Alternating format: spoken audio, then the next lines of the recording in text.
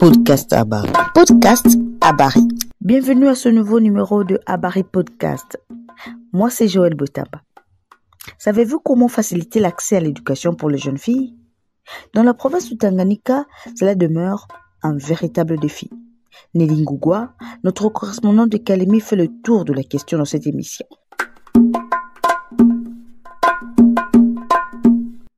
L'accès à l'éducation pour les jeunes filles demeure un défi majeur. Malgré le progrès réalisé, des inégalités persistent limitant l'autonomie et les opportunités futures. Pour les nombreuses jeunes filles, des initiatives locales et nationales visent à combler cet écart en mettant l'accent sur la promotion de l'éducation de filles. Par exemple, dans la province du Tanganyika, des associations travaillent activement pour surmonter les obstacles qui entravent l'accès de jeunes filles à l'éducation. C'est le cas de la plateforme Action Jeunes Filles et les jeunes Youripot. Il y a toujours cette réticence du côté des conflits. Par exemple, dans des coins où il y a des conflits, ici à Tanganyika, comme il y a des conflits, et la jeune fille se trouve dans une situation où elle ne se retrouve pas comment est-ce qu'elle va étudier.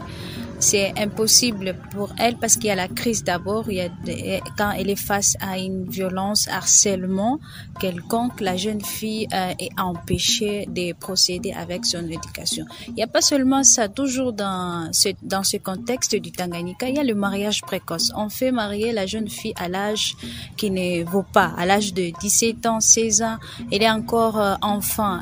Voilà, alors ça empêche qu'elle puisse se développer. Elle a aussi des ambitions. Ça l'empêche directement de pouvoir s'épanouir physiquement, aussi mentalement. En fait, nous remercions certaines ONG, à l'occurrence aussi de l'association Plagief où je fais partie étant membre.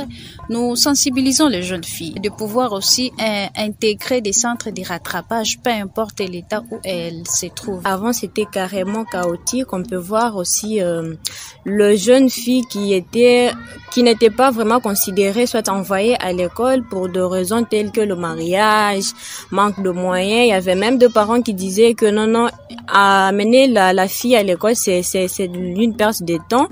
Il faut justement amener un garçon par une fille.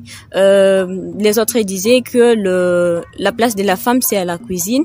Mais avec de sensibilisation de différentes organisations et Youripot en question, nous sommes en train de évoluer et voir qu'il y a un changement jusqu'à présent où il y a quand même un grand nombre de filles à l'éducation. Podcast Habari. Podcast Habari. En outre, de programmes gouvernementaux qui ont été mis en place pour élargir l'accès à l'éducation primaire et secondaire sur son programme de la gratuité de l'enseignement, offrant ainsi de nouvelles opportunités aux jeunes filles à travers le pays. Monsieur Gabriel Toutou Salomon, préfet d'études à l'école Kankomba, nous donne la situation de la jeune fille dans les secteurs de l'éducation. La participation des filles en général et spécialement des élèves au sein des établissements, je veux dire, c'est formidable. Actuellement, ça va. Des filles, oui, il y en a à relever. Il faut éduquer. Il faut éduquer surtout les filles moi je parle qu'il y a celles qui ne comprennent pas encore. Il faut réellement aimer les études. Beaucoup de filles, je dis bien, la tendance est en train de changer actuellement. Il y a beaucoup de filles qui veulent étudier, mais à un certain moment, si elles ne sont pas bien encadrées, elles abandonnent et se retrouvent dans les mariages. C'est notre rôle. J'interpelle là les chefs d'établissement, surtout du secondaire. J'interpelle les collègues de l'école secondaire de veiller afin que l'on puisse mieux encadrer les élèves filles. Malgré les défis persistants, ces efforts témoignent d'une volonté collective de garantir un accès équitable à l'éducation pour toutes les jeunes filles en RDC en général, plus particulièrement dans la province du Tanganyika, ouvrant ainsi la voie à un avenir prometteur et inclusif pour la prochaine génération de filles congolaises. Et c'est la fin de ce numéro. Merci à toute l'équipe de Habari RDC.